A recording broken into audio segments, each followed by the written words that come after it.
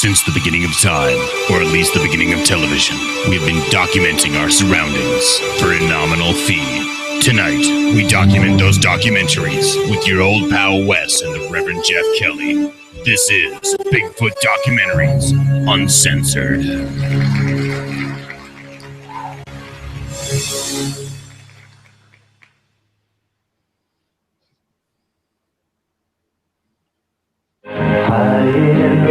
That's right, people. I am the Reverend Jeff Kelly, and this is what we're talking about this week. Sasquatch, the legend of Bigfoot. And I am your host, the Reverend Jeff Kelly. And with me, as always for these, is your old pal Wes of WesFlossner.com. How you doing there, big guy?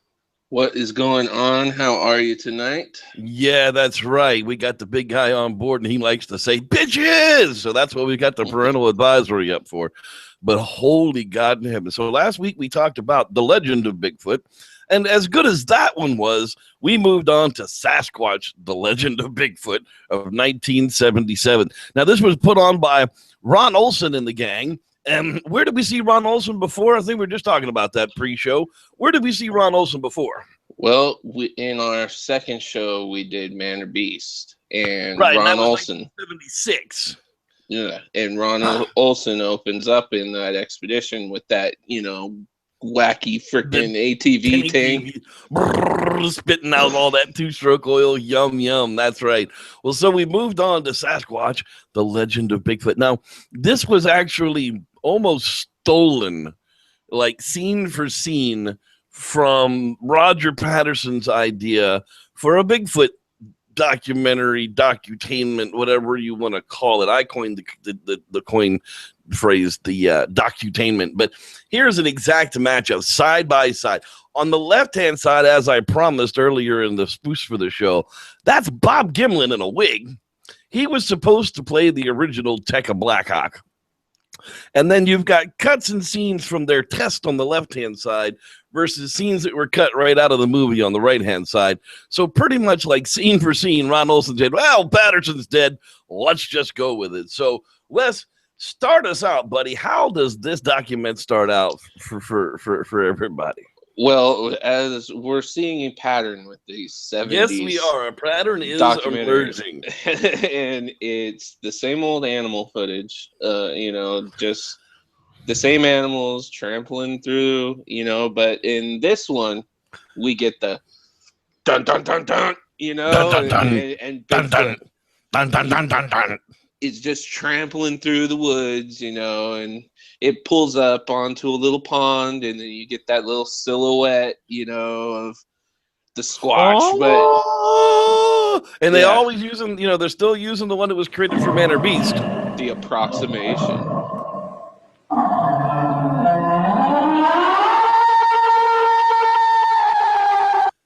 So...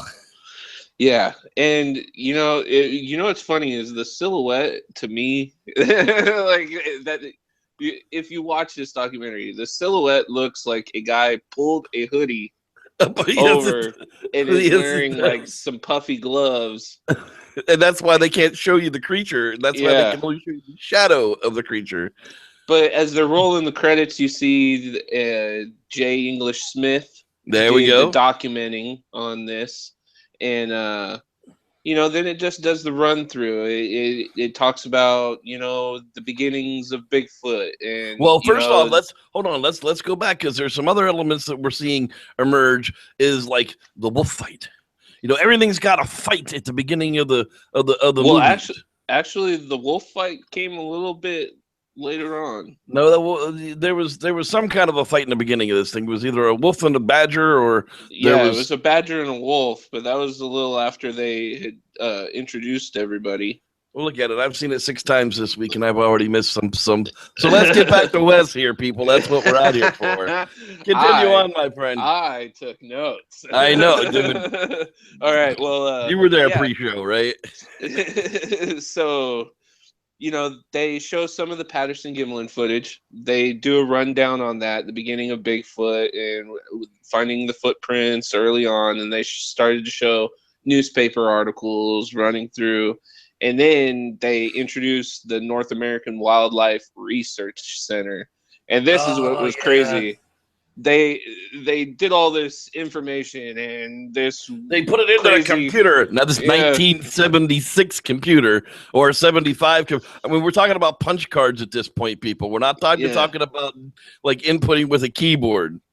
And so their computer draws out this perfect sketch face of Patty. Says, this is what this creature looks like. So they think it's, oh shit, we gotta go fucking investigate now. We got places where it's at. So the computer tells them, hey, there might be a population here in northern British Columbia, north of the Pecatow River. Yeah, and then then we get that beginning music, like all these documentaries gotta have. This one actually has its own little theme song to it. Oh yeah, the opening song that I played this evening, High on the Mountain. So then you're watching this helicopter go through, and then it introduces Chuck Evans. Now Chuck Evans is the lead of the expedition, boy. He is Mr. Cowboy. He is head woodsman. And he's also the narrator from now on. It was J. English Smith in the beginning. Right. And moved on to now Chuck Evans narrates. Now, let's also make the distinguishing point that to this point, it's been a documentary. From this point forward, it is no longer a documentary whatsoever. It is definitely something else. And so after that, they introduced Paul Martin, who at the time they say, I haven't heard much about him, but they say was a leading authority in Bigfoot and everything. Well, that's like every other movie we've ever seen, Yeah. The Fly was a leading dinosaur expert in Jurassic Park. Doesn't mean we believe it.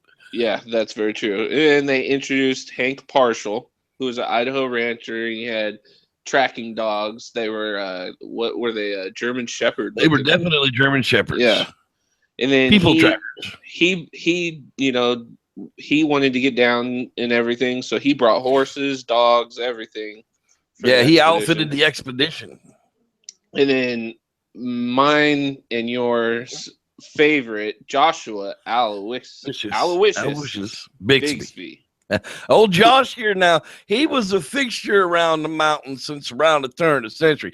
He claims to be over 80 years old, but not even old Josh himself knows for sure. And his faithful mule Zed. Zed was a kicking boy. Now I would like to introduce my bitch. My bitch for the night is Tekka Blackhawk. Tekka Blackhawk, the Indian guide. How can you be down on Tekka Blackhawk? I don't like the fake sad Indian thing. Especially when it's played by a white man. Well, obvious white man too. It's as much as Bob Gimlin playing an Indian. Well, I know, but it's just it's. I don't know. I don't like it. But then also Barney Snife comes in. Barney Snife. Oh, he's a little clumsy, but he makes a good cup of coffee. Yeah, he's a goofy looking dude too. He is basically the cookie of every Western movie you've ever seen that runs the chow wagon. That's exactly who Barney Snife is. And if he's not a ripoff of the Andy Griffith Show, I don't know why they just call him Barney Fife, then I don't know exactly what it was. But boy, he had some comic relief, even in some dark times. And we do see dark times ahead, boy. Woo! Mm-hmm. But right now, it's all shits and giggles. So let's continue on. Then they introduce who I have in my notes is Bob Vernon, the prick. Bob Vernon, the prick. This is the naysayer, the guy who doesn't believe that Bigfoot's really out here and can't really decide why he's on this expedition. Yeah, he's a photographer, writer for some news thing. He was a prick in the beginning. I didn't care to find out where he worked. And the expedition began, and our High on the Mountain played once more. The mountain. And more nature footage, and then they introduced the wolf. All right, so at this point, what they're doing is they're breaking off for a 3 to 5 week expedition to find the Sasquatch Valley. They're going to have to take old Joshua's word for it because he's the only one that knows how to get to the Picatall River. And they're going to leave on horseback and make camp as necessary to move throughout the British Columbia mountains where no man actually lives. And to this day, actually still doesn't live out there, and probably for good reason. So they're all following old Joshua riding this stupid ass. Literally a stupid ass out through the mountains looking for the Picatall River for the Valley of the Sun. And they crossed hundreds of streams and blah, blah, blah. But this was funny, too. They were being led by old Josh, and old Josh is wailing away singing mountain songs and everything. All right. And then they move into this little narration, and Chuck Evans is talking about how they walked silently through the woods after they just showed Josh singing his ass off. And then it all gets, interrupted. Old Josh sees a grizzly out in the water. Look on down yonder. Well, that's just Smokey the Bear. Well, that's a grizzly if I've ever done seen one. Scariest, meanest critter you're ever gonna run into around these parts. We best steer clear. We don't want to come across him no more. Most dangerous and unpredictable. Unpredictable. He said a lion won't attack you, and now we'll get back to this.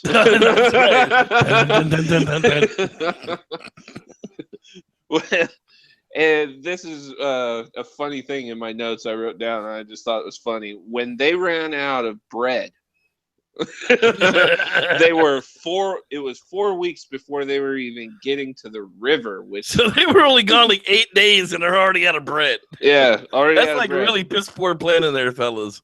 Something got into the bread though, because he was like picking shit out of it and spitting it out, and that old bastard was happy to have a real sandwich for a while. Yeah. And then you get the Halloween music. Dun, dun, dun, dun, dun, dun, dun. You start seeing this mountain lion who old Josh says won't. Oh, attack. Don't worry about them. He ain't going to attack.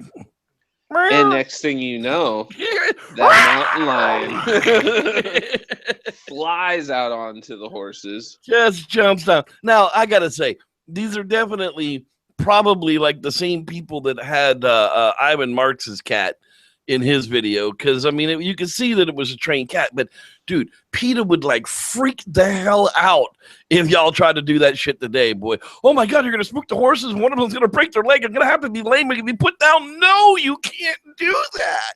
So long are the days gone by when they can train a mountain lion to jump on a pack horse and actually act like it's eating it. But holy shit, what a scene, though. Dude, I mean, it was awesome. But, okay, so then they chase this lion down, and it's chilling. Oh, they let the dogs loose, boy. Woo! And then the lion pounces, and good old Barney. Pow! And they ask, Barney, where he learned to shoot like that, and it's an inheritance from his old grandpappy. Grandpappy. That's right. So you going to keep that mountain lion and eat it, or you just going to skin it and wear its head? And then, so then it's nightfall. They're all sitting around a fire. They ask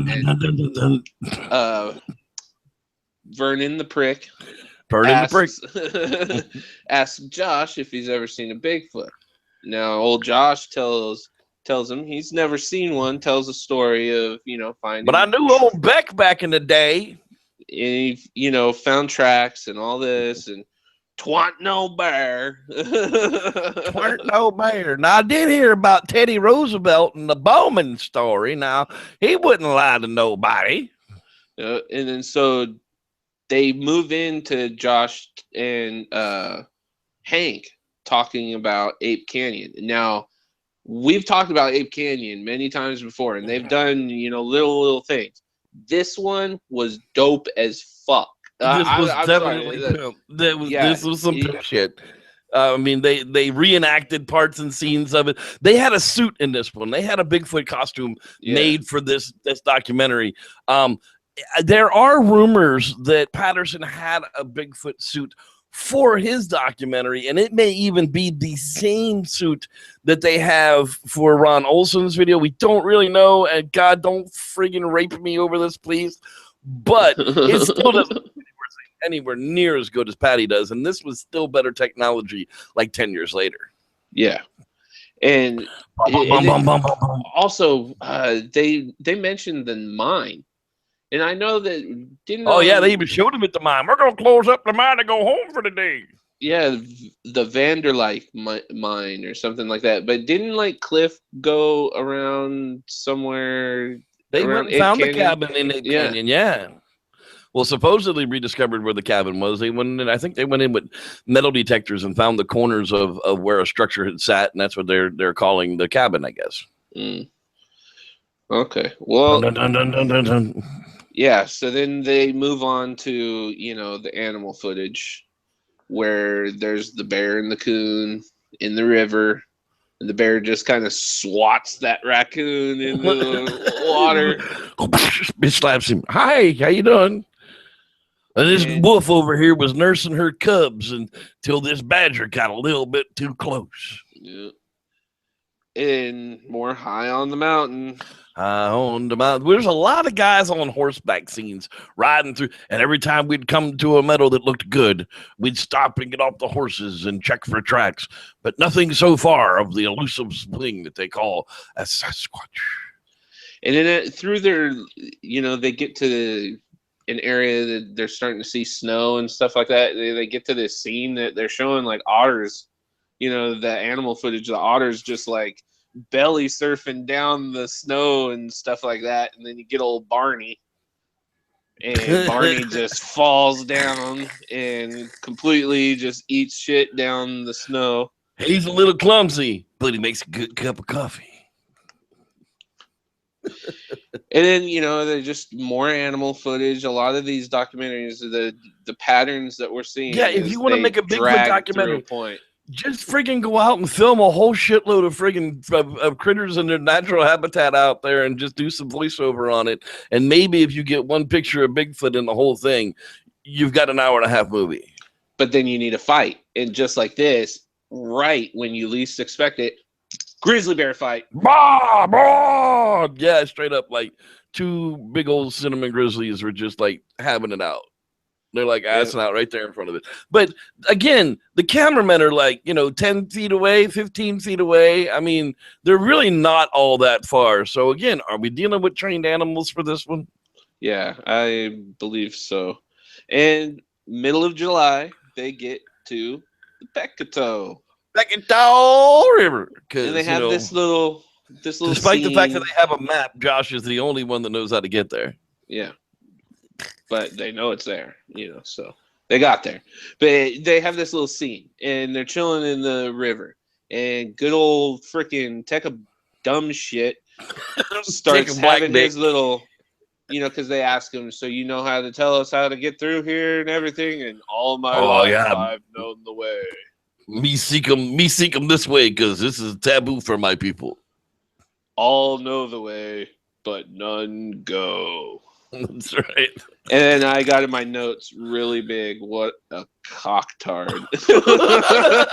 I'm sorry, but because they just pan to his face and he does the the sad look away. Oh man!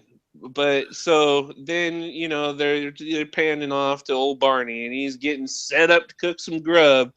And then here comes that silly music, and then that freaking badger steals his food off the stump. Now, again, the cameraman's like 7 feet away from all of this going on. There's like 2 camera angles and 2 camera angles on Barney, but you never see a camera in the shot. So, how many takes did that take? Yeah. And you know what I noticed too? Like, I have noticed this when they're trying to like make someone sound dumb or something. They're always like busting with those bells. Like that's the instrument they use. That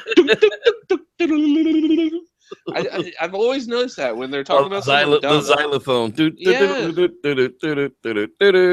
So after that scene, they have this little scene where this part of my notes is the only thing I know. It's Tekka's a douchebag, and I know the scene because they're just sitting there and they're, talking about what to expect when you get across the river, because they still haven't crossed it yet. And he's talking about you got to walk with caution. The plants are bigger, and then he just does his sad look away. That's right. Because, he's never actually been there, because this area is off limits to him and his tribe. But, he knows what it looks like. So, yeah. So then they do a Hank talking about the Teddy Roosevelt story and the Bowman experience. Oh boy, yeah. Basically, if you haven't heard that story, the two guys are trappers. They're out. They go to this beaver pond. They find some tracks. They set up camp. They go set some traps. They come back. Their camp is fucked up. It's trash. So they pack up. They are picking up their tracks. 3 traps are left. One dude goes back to camp. Bowman's down at the pond. He gets his 3 traps. He comes back, finds dude dead. His neck broke. It's all jacked up. And he just hightails it out of there. All right. You can check it out on the Squatchers Lounge podcast episode of 2 men go to 2 beaver trappers enter the woods and one survives, or something like that. I can't remember the exact title. I got to. So then they do some more comic relief. This one has a lot of it. And the raccoon gets in the guy's tent, and he's just, "You varmint!" And tarnation, I'm gonna get you. They would order in a supply drop. Here comes Barney begs for his Tabasco. Gotta have Tabasco sauce brought in, boss. I gotta have it. Tabasco sauce did not survive the fall. No, it did not. Now, this was right after Vietnam, too. So using a helicopter like that was like primo stuff. They paid high dollar for that. Yeah. And so then they cross the river. A lot of the horses were having trouble. Go well. No, a lot of the horses were having trouble. Tekka dumb shit fell off his horse, and Barney, he fell, and it looked like he jumped off, but he couldn't swim. So then I think dumb shit throws a rope, and he's only like a foot away from the guy. He could have reached out and grabbed his hand. Yeah, so then they get him in, and they do the funny joke, "Did you get my hat?" I lost my hat. Yeah, so, I mean, they move on through the music. The expedition's going on, and then they get to the valley, and, the animals were seeming unafraid. And everything was different. Somehow, things had changed. Even old Decker Black Doc could sense it in his bones. Yeah, and then they got to parts that were so dense that dumb shit Tekka had to chop his way through and save the day. But then the dude's horse gets stuck. Yeah, it's like all of a sudden, it's like the sad chipmunk scene from the last movie we did. All of a sudden, they go to, they're getting their assing out through the woods, and all of a sudden, it's cut to this meadow where this poor nag is like stuck in the swamp gun, and they can't get it out. And beat the shit out of it with a whip. They beat their last attempts. I'm the last ditch effort to save its life. I'm gonna whoop him, dude. You should have tried that shit first. I mean, if that's what got him out of the hole, you lazy bastard, get up out of that swamp. Wow. I wasn't looking forward to riding a pack horse if I would have lost him. You cold-hearted bastard. What's wrong with you? And then, as their journey's going on, rocks are being like tossed down in front of the trail. And then, they make camp again, and who I like to call the villain that they're making it out like Bob fucking the prick, old Vernon, he makes some kind of comment, and basically he gets put on watch. And because of karma, which I'm a firm believer in, old Vernon gets his ass handed to him by a grizzly bear. That got just tore the F up. Yeah. Which was pretty cool because it's a dark scene, you know, but in the documentary, you watch this guy get tossed around by a bear. So it is kind of cool. Big bear. Bar. So the morning of September 10th, they get to this first part of the valley and they feel this foreboding feeling. They're being watched. And this was 3 months after they set out on this. It took them 3 months to get to this valley. Yeah, not 3 weeks, not 3 or 4 weeks, 3 months. 3 months out in the woods doing this shit. And man, just we go out, you know, for a week. You know, like, Right. Well, so they set a camp. Cool scene where they're me and you were actually talking about it, and Barney, you know, of course, more comic relief, falls over, spills beans on Hank, with and he starts crying about, you know, oh, Bigfoot's gonna come down and want my good cooking. Y'all are all gonna be asleep. Bigfoot's gonna walk into camp because of my good cooking.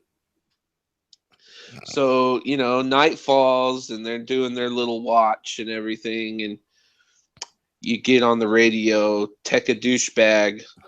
Shh, something's moving in the bushes. Do you hear that? And dun, dun, dun, dun, dun, dun. they're here. And Dun, then dun, dun, dun, dun, dun. the approximation. Oh yeah, it's every single howl is exactly the same.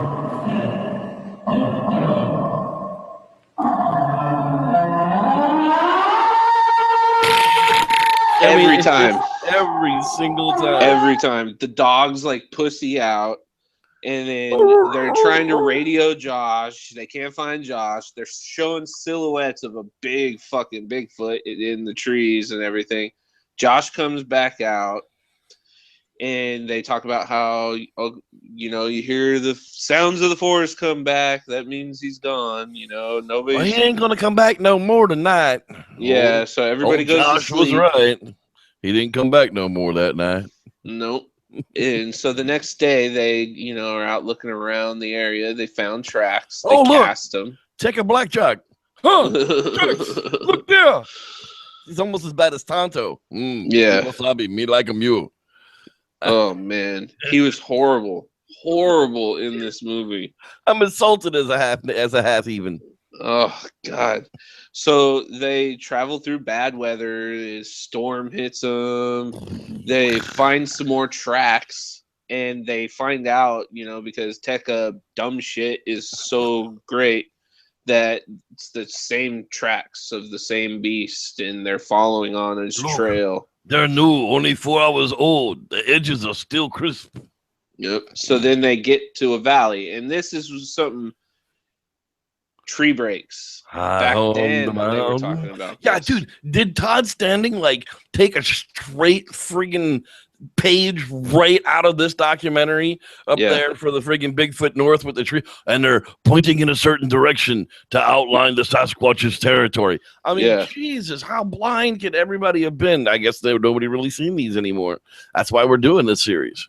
So they get to this little like lake, beach, meadow, tree area, and they set camp. And what they do here, which is crazy when you think about how technology has changed, is they take wires completely around the perimeter. And make gates around the perimeter. Yeah, they made 8 gates in each perimeter, and I think there were like 3 or something like that. There were 2 lines of light. So there was an outer perimeter and an inner perimeter went around the lake. And if it broke it would light up this little light on the console. Boop, boop, boop. Hey, he's broken gate number 3. Do you see him? Over. I mean, So night falls. Everybody's in position. And gate 4 light goes off. And all hell fucking breaks loose. Everybody's just running around like jackasses. Lights are going off on this thing. And then they find moved out through there's gate number 2. more than one. Boop, boop. Oh, wait, now there's 4 of them. Boop, boop. Then you just hear, oh shit, one's in camp. Just Biggie comes like a ninja and just smashes all the tables up. Oh man, wrecked camp like it was cool, man. Like it was he was an actual like he was a cool fat scene. kid eating ho-hos, man. Yeah, no, it was a cool scene though. Like for like what you're watching, it was Dun, dun, cool. dun, dun, dun, dun.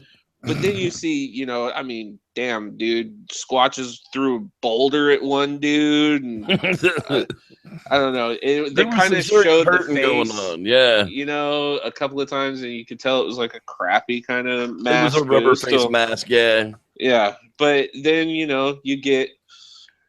they pan to everybody's favorite douchebag, Tekka, and he's all depressed and about to cry, and it is done.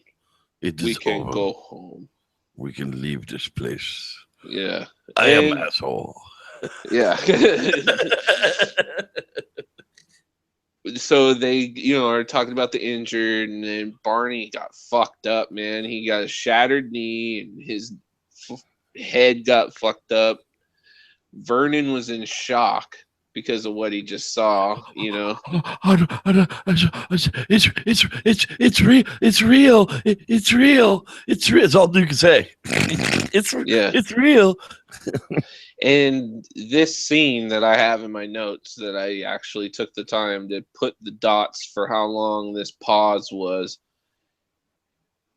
Old Chuck Evans comes in and does one of these really close. It looks like we're finished here. Almost the Marlboro Man type of a shot. Oh, it was horrible. And so he got a shattered knee and a busted wound on the head. And... yeah, but with that busted head and shattered knee, Barney's still making coffee for everyone. Because he's a little clumsy, but he makes a good cup of coffee. And I think this whole incident affected old Chuck a certain way and made him think slowly, because after he gets his cup of coffee from old Barney, he stops it and he's, Barney, good cup of coffee. And he always looks at the camera. It was funny. And no, do it more like Jack Nicholson in The Shining. Go. Oh man, it was bad.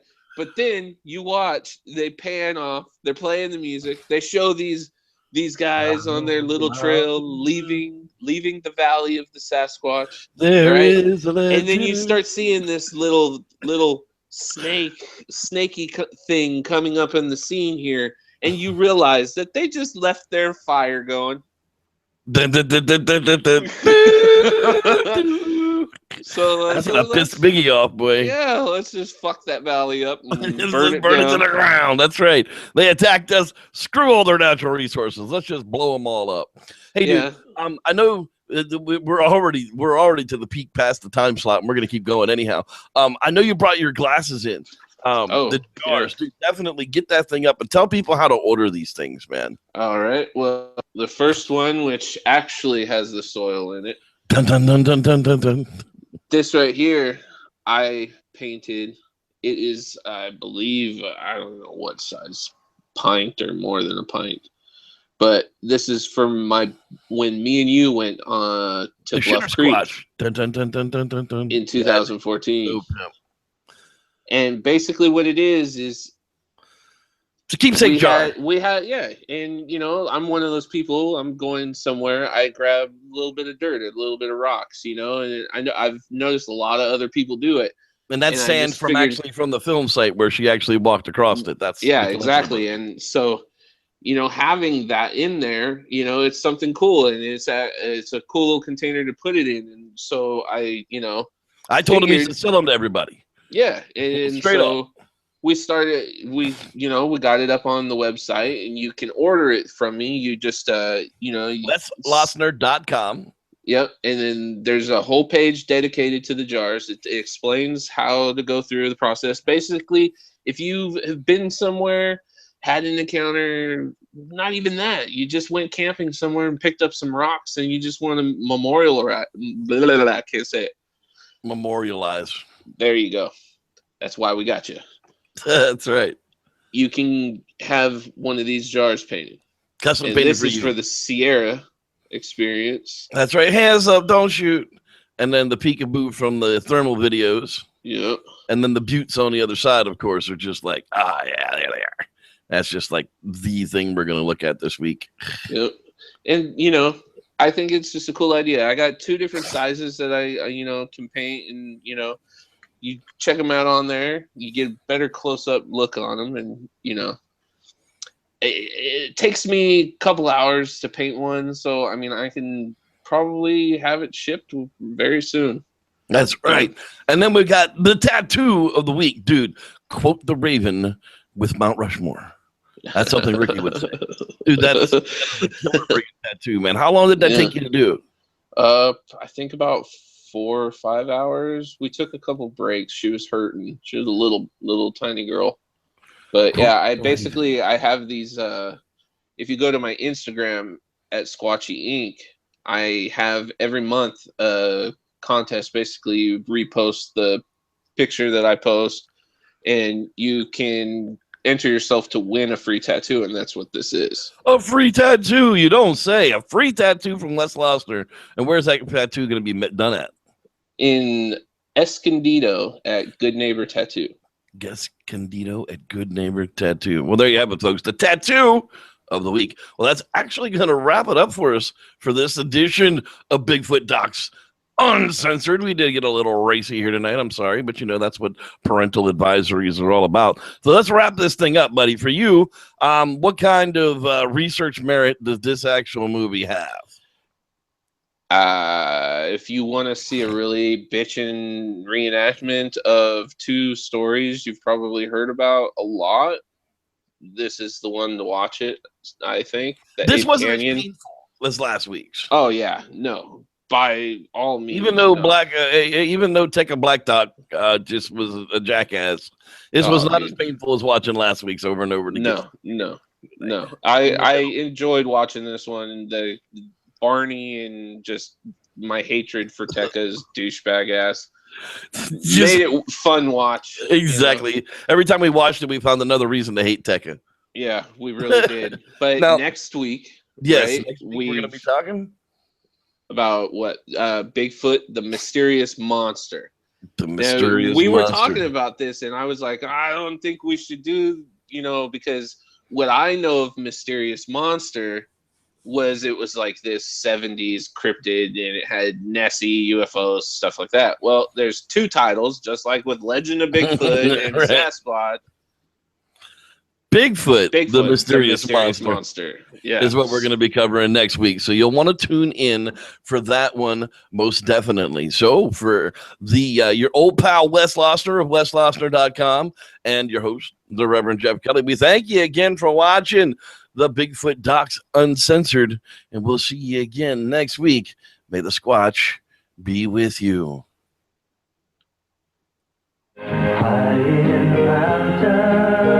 I was. There is a legend. And really, if you go to my website, it probably explains way better the jar than I ever could. Yeah, your cell phone cam doesn't exactly do a lot of justice. Yeah. To the jars. They are fabulous, fantastic. I can't wait to get my hands on one. Hey, tune in tomorrow for a special edition of the Squatchers Lounge podcast of, hey, don't forget shit when you go on vacation. We'll talk to you next time. Bye-bye. May the Squatch be with you.